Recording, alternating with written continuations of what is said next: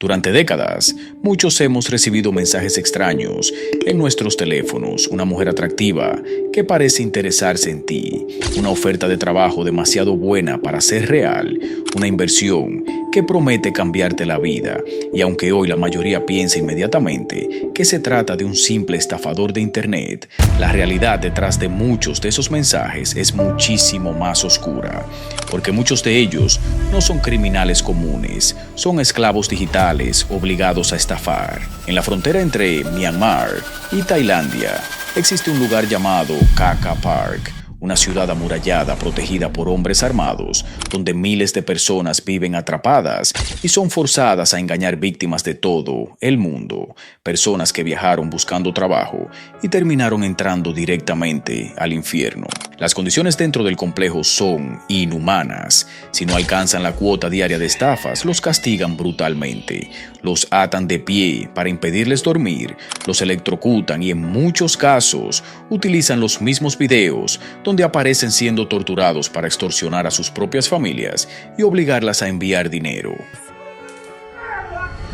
En este video vamos a entrar dentro de Kaka Park, vamos a ver cómo funcionan estas redes, cómo capturan personas, cómo entrenan esclavos digitales para manipular emocionalmente a millones de víctimas y cómo el Internet terminó convirtiéndose en una de las herramientas de explotación humana más eficientes de la historia moderna. Después de conocer este caso, no creo que volverás a mirar un mensaje desconocido de la misma manera. Y ojo, estas personas que ves en esta parte del video no son delincuentes, así es que los trasladan de un centro de estafa a otro.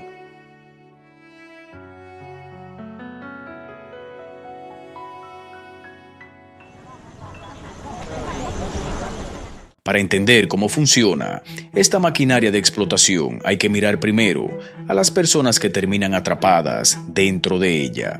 Personas normales que jamás imaginaron que un simple anuncio de trabajo terminaría convirtiéndose en una sentencia de esclavitud. Uno de esos casos fue el de Jin Qianjing, conocido en expedientes policiales como Yaluo o Alu. Un joven chino común, sin conexiones criminales y sin un pasado oscuro, solo otro profesional, golpeado por la crisis económica y la falta de oportunidades reales en China. Las mafias saben detectar la desesperación mejor que nadie y convierten esa necesidad en su principal arma de reclutamiento. A Yaluo lo contactaron a través de anuncios patrocinados en redes sociales.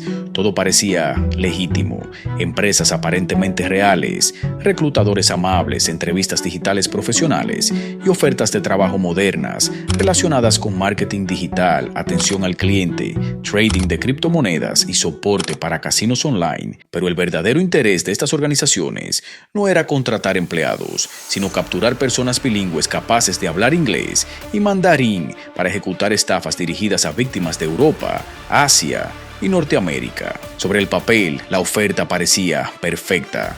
Después de varias entrevistas por videollamada y de confirmar un salario extremadamente alto, la organización criminal le envió a Yaluo un boleto electrónico con destino al aeropuerto internacional Suvarnabhumi en Bangkok, Tailandia. Sin saberlo, en ese momento ya había caído en la trampa.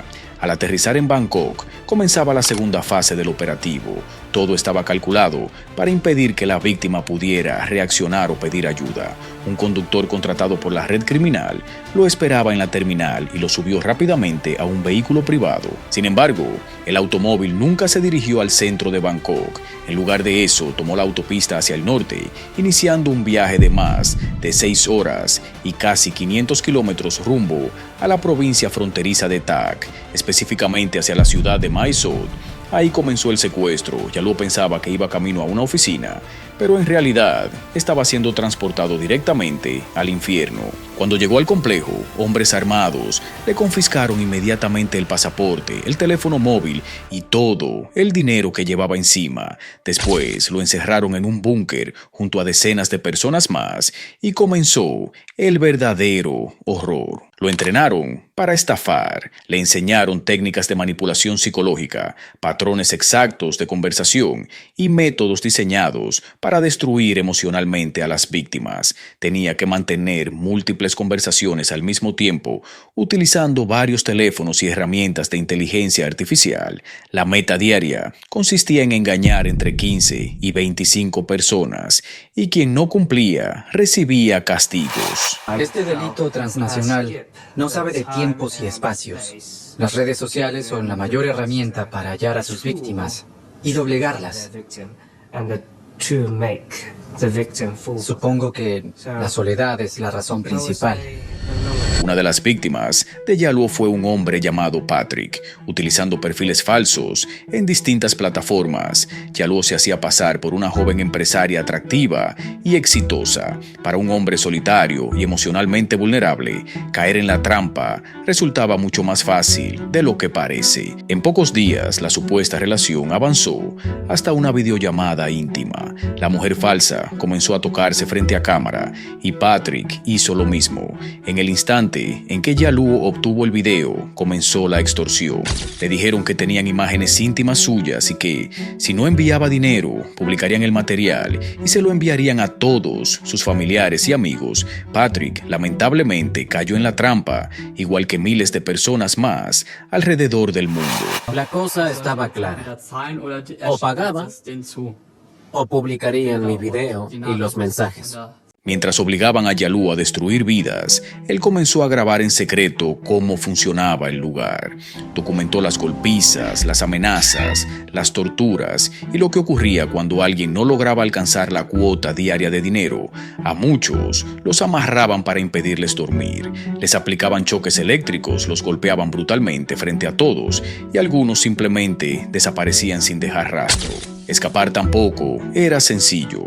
Las mafias empezaron a extorsionar a las propias familias de los trabajadores esclavizados. En el caso de Yaluo, enviaban videos donde aparecía siendo golpeado y electrocutado para obligar a su familia a pagar dinero constantemente. Era un sistema de terror absoluto. De la cuenta de cuántas veces me golpearon. Lamentablemente, Yaluo quedó atrapado en una pesadilla donde tenía que destruir la vida de otras personas para evitar que destruyeran la suya. Tenía que estafar para salvar a su familia. Al final, sus familiares tuvieron que pagar alrededor de $39,000 para conseguir su liberación. Yaluo salió de China buscando una oportunidad para ayudar a su familia y terminó atrapado en un lugar donde prácticamente no existía escapatoria. Entonces la pregunta es inevitable. Si estos complejos criminales operan de manera tan brutal y organizada, ¿por qué las autoridades no hacen nada? La respuesta de esa pregunta es simple, pero perturbadora.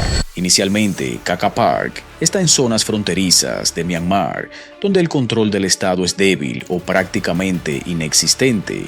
En muchos casos, el territorio está en manos de milicias armadas que operan con autonomía casi total. A esto se suma la corrupción gubernamental y los intereses económicos. Estas redes no sobreviven solo con criminales ocultos.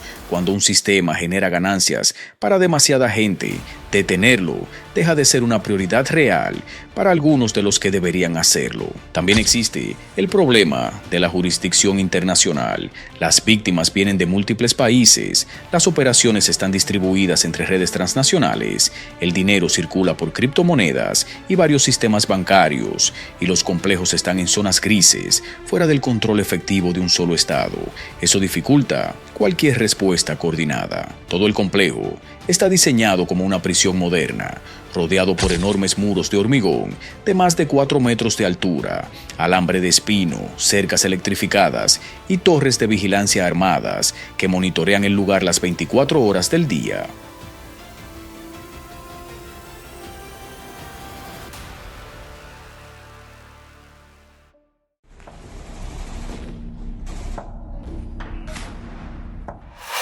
Dentro del recinto se levantan enormes edificios llenos de computadoras, conexiones estables a Internet y salas completas dedicadas exclusivamente a ejecutar estafas online contra víctimas de todo el mundo. También existen dormitorios asignados donde decenas de personas duermen bajo vigilancia constante, comedores con comida miserable, pequeños supermercados donde todo cuesta varias veces más de su valor real, clínicas precarias y burdeles clandestinos utilizados para controlar y explotar todavía más a quienes viven atrapados ahí.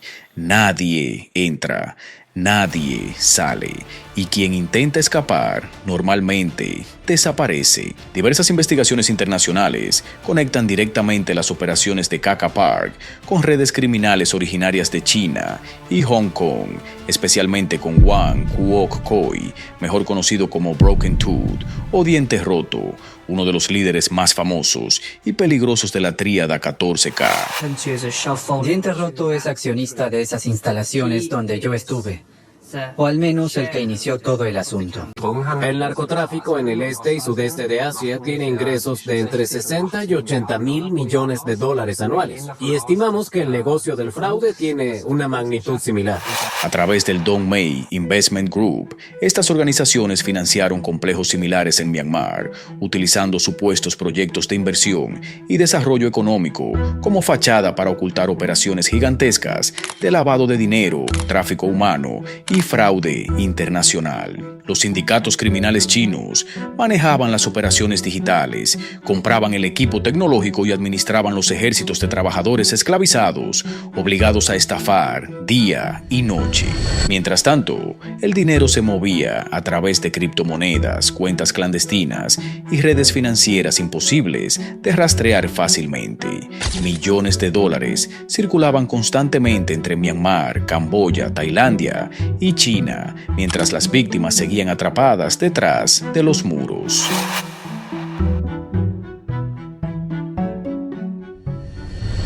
A pesar de todo, algunos se arriesgan a escapar incluso si eso significa morir en el intento. Uno de los que lo logró fue un joven cuya identidad se mantiene en reserva, pero se sabe que era un cocinero originario de Kenia que, como muchos otros, llegó buscando una oportunidad de trabajo y desde el inicio sospechó que algo no encajaba. Desde el principio comenzó a grabar su propio secuestro paso a paso y también documentó lo que ocurría dentro de Kaka Park, registrando el funcionamiento interno del complejo y las dinámicas de abuso.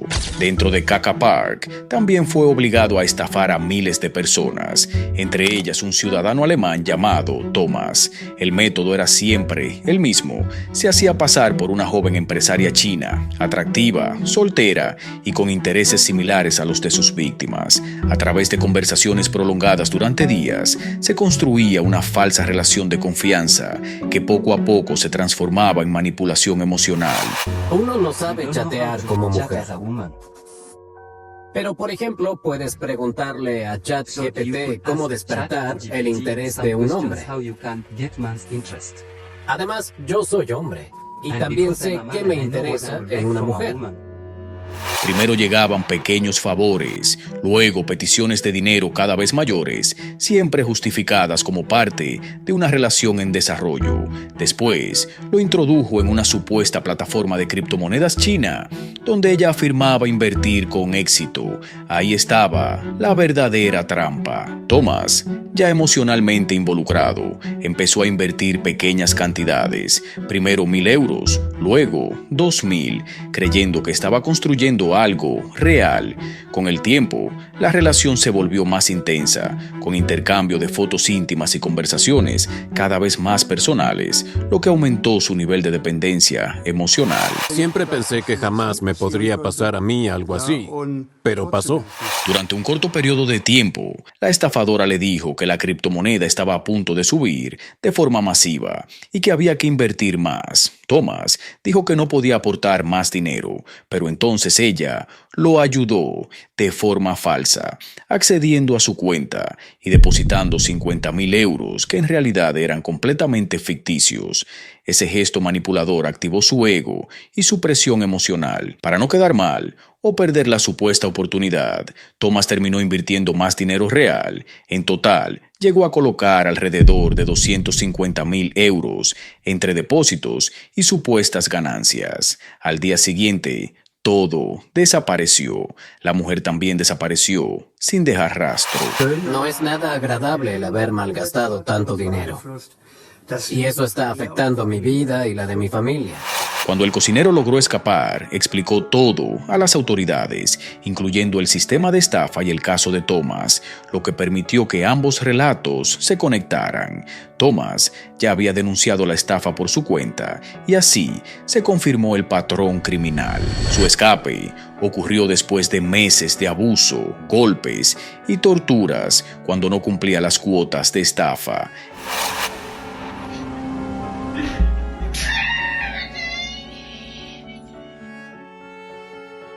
Hola, necesitamos ayuda, por favor, nos están maltratando, por favor, ayuda y dile a mi familia que los amo. Exhausto, tomó la decisión de huir, saltó el muro del complejo y corrió, sin mirar atrás, hasta llegar al río. Allí, se lanzó al agua y nadó hasta territorio tailandés, donde finalmente fue rescatado y protegido por las autoridades, logró escapar. Pero detrás de él, el sistema siguió funcionando como si nada hubiera pasado. El principal motor económico que sostiene toda la infraestructura criminal de Kaka Park es una estafa altamente sofisticada, conocida como Sha Chu Pang, o en inglés, Pig Butchering Scam, la estafa de la carnicería del cerdo. Un nombre frío, casi técnico, creado por las propias mafias chinas en foros clandestinos, que describe con precisión el proceso. La víctima es el cerdo. Primero se le engorda emocionalmente con confianza, atención y manipulación psicológica, y finalmente se le sacrifica, vaciándole todo su dinero. Pero detrás de esa definición hay un sistema de engaño mucho más complejo y estructurado, basado en ingeniería social, manipulación emocional y técnicas digitales diseñadas para romper completamente la percepción de la realidad de la víctima. El modus operandi sigue patrones muy específicos. Primero está la fase de contacto. Los estafadores obtienen víctimas desde redes sociales, aplicaciones de citas o incluso plataformas aparentemente inofensivas, a veces también desde anuncios falsos en páginas de contenido para adultos o publicidad engañosa que promete encuentros con mujeres cercanas a ti o mujeres maduras disponibles. El objetivo es siempre el mismo: atraer tráfico humano emocionalmente vulnerable. Luego viene la fase de construcción de confianza, conocida como love bombing. Conversaciones constantes, atención excesiva, interés emocional artificial y una conexión que parece real, pero está completamente guionizada. Durante días o semanas, la víctima cree estar desarrollando una relación auténtica. En algunos casos, el método se vuelve todavía más agresivo y directo. Los estafadores inician videollamadas que parecen normales, pero en el momento en que la víctima muestra su rostro, la operación cambia de nivel. Utilizan videos pregrabados o contenido manipulado, incluyendo material sexual explícito, incluso con aparentes menores para incriminar a la víctima de forma falsa. Todo queda grabado, tú mirando a una supuesta menor en una videollamada, y a partir de ese momento comienza la extorsión, mensajes directos y amenazas claras. Tenemos un video tuyo, si no pagas lo vamos a publicar y enviarlo a tus familiares, amigos o empleador. Te dicen que eres un pedófilo y que el mundo lo sabrá. La víctima, atrapada por miedo y vergüenza, empieza a pagar. Otra variante del sistema: utilizan sitios de citas falsas o plataformas de contenido para adultos. Anuncios como mujeres cerca de ti, encuentros privados o chats calientes con mujeres disponibles funcionan como señuelo. Cuando la víctima entra en contacto, se repite el mismo ciclo: seducción, manipulación, conversación íntima y luego amenazas. En otros casos, la transición es más lenta. Se inicia como una relación romántica completamente falsa, se construye confianza durante semanas y después se introduce la inversión en supuestas plataformas de criptomonedas o negocios digitales. Ahí la víctima ya está emocionalmente comprometida y es mucho más fácil extraer grandes sumas de dinero. El patrón es siempre el mismo: confianza, dependencia emocional, manipulación y destrucción financiera. El impacto global de este sistema es enorme. Se estima que las estafas de tipo pig butchering han robado decenas de miles de millones de dólares en todo el mundo en pocos años, convirtiéndose en una de las formas de ciberdelincuencia más rentables y devastadoras de la historia moderna. Todo esto no ocurre de forma aislada. Es una industria organizada, estructurada y ejecutada con precisión industrial dentro de lugares como Kaka Park, donde la estafa deja de ser un delito individual y se convierte en una cadena de producción masiva de engaño. Durante el año 2022 y con mucha más fuerza entre 2023 y 2024, el muro de impunidad que protegía a Kaka Park empezó a agrietarse. No fue por una sola causa, sino por la presión acumulada de periodistas de investigación, organizaciones de derechos humanos especializadas en trata de personas y, sobre todo, por filtraciones internas sacadas del propio complejo por sobrevivientes que arriesgaron su vida para mostrar lo que realmente ocurría dentro. En ese proceso de exposición internacional destacó el trabajo del equipo de investigación de Deutsche Welle a través de su documental Behind Asia's Cyber Slavery y su seguimiento posterior Forced to Deceive. Se expuso con detalle la conexión directa entre la criminalidad organizada china, las milicias armadas en Myanmar y la explotación de miles de personas convertidas en esclavos digitales. La investigación reveló ubicaciones, estructuras corporativas, rutas de dinero y redes de lavado que conectaban estos complejos con sistemas financieros internacionales. Esa visibilidad global cambió el tablero, y aquí es donde entra un punto clave que aceleró la presión internacional: el caso de Jay Krista, una activista tailandesa que comenzó a trabajar activamente en la denuncia de estas redes y en el apoyo directo a víctimas que lograban escapar con vida. Mi objetivo es liberar tantas víctimas como pueda. Pero aquí no se trata solo de las víctimas secuestradas, sino de reducir el número de víctimas de fraude a nivel mundial. Jay Krista no solo expuso públicamente la existencia de estos centros de estafa, sino que también se convirtió en un puente humano entre los sobrevivientes y el mundo exterior. Ayudó a documentar testimonios, a canalizar denuncias y, en algunos casos, a asistir personalmente a víctimas que cruzaban la frontera en estado de shock, sin documentos, sin dinero y sin saber a quién acudir. Su trabajo puso rostro humano a lo que durante años había sido tratado como una estadística invisible. Pudimos ayudar a algunos de los afectados, que a su vez informaron a los demás. Intentaron entonces enviarnos información sobre dónde estaban, nombres, coordenadas, pruebas, si era posible. Gracias a este tipo de esfuerzos, el tema dejó de ser un rumor regional y se convirtió en un problema geopolítico. El gobierno de China, alarmado por el hecho de que miles de sus ciudadanos estaban siendo secuestrados y extorsionados en la frontera con Myanmar, comenzó a ejercer una presión directa y sostenida sobre Myanmar y Tailandia para desmantelar estos enclaves. Pero la respuesta de las autoridades locales dejó en evidencia las contradicciones del sistema. El 20 de octubre de 2025, el Tatmadaw, la Junta Militar de Myanmar, anunció una gran redada contra Kaka Park. Los medios estatales reportaron la detención de más de 2,000 extranjeros y la incautación de equipos tecnológicos, incluidos dispositivos de internet satelital Starlink. Sin embargo, investigadores independientes y analistas internacionales señalaron rápidamente que la operación tenía un carácter más simbólico que real. Recientemente se realizó una importante operación de rescate. Liberaron a 10,000 personas de los centros de fraudes en Myanmar.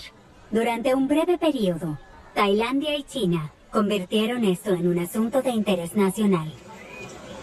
Según estos informes, los líderes del complejo ya habían sido advertidos con antelación, permitiendo que las figuras clave se retiraran temporalmente y que la actividad criminal se reanudara poco después. De hecho, tras la intervención, las autoridades declararon que no se encontraron pruebas significativas de actividad delictiva dentro del complejo y devolvieron el control a las mismas milicias que lo administraban. En la práctica, nada cambió. El sistema siguió funcionando, solo se volvió más silencioso. La red de trata y extorsión de Caca Park no es solo un caso criminal más, es la forma más oscura y distorsionada de la revolución tecnológica global. El Internet, que nació como una herramienta para conectar personas, derribar fronteras y democratizar el conocimiento, terminó convertido en un sistema perfecto para la explotación humana a escala industrial. Las mafias no solo lo utilizan, lo perfeccionaron hasta convertirlo en una fábrica de engaños donde la distancia ya no protege a nadie. Caca Park demuestra que en pleno siglo XXI la esclavitud no desapareció, solo cambió de forma. Ya no necesita cadenas visibles porque ahora utiliza pantallas, algoritmos y redes sociales. La frontera entre Myanmar y Tailandia se ha convertido en un símbolo de esa nueva realidad, un lugar donde la tecnología más avanzada convive con la violencia más primitiva. Y mientras ese sistema sigue existiendo alimentado por vacíos de poder, corrupción, guerras internas y la facilidad con la que el dinero digital cruza fronteras, este tipo de infiernos seguirán operando en silencio, lejos de la vista del mundo, pero muy cerca de cualquier persona con un teléfono en la mano. Porque la verdad más inquietante de todas es esta: no necesitas viajar a Myanmar para entrar en contacto con este sistema. Basta con un mensaje, un perfil falso o una conversación equivocada. Y ahí es donde esta historia se conecta con otro caso, que también expone cómo el poder, la fe y el control pueden cruzar límites peligrosos. El de Apollo Quiboloy, en Filipinas. En ese video exploramos un lado completamente distinto, pero igual de perturbador, de cómo una figura religiosa puede terminar envuelta en acusaciones de abuso, manipulación y control psicológico dentro de un entorno espiritual. Un caso donde la fe, la obediencia y la autoridad se mezclan de una forma que deja demasiadas preguntas abiertas sobre lo que realmente ocurre detrás de ciertas organizaciones. Si no has visto ese video, te lo dejo aquí para que puedas entender cómo estas dinámicas de control no solo existen en el crimen organizado digital, sino también en estructuras mucho más cercanas a lo que la gente considera intocable. Con esto me despido. Gracias por llegar hasta el final del video. No es un caso fácil de escuchar ni de procesar, pero sí uno necesario de conocer, porque estas historias no se quedan en el pasado, siguen ocurriendo mientras nadie las mire.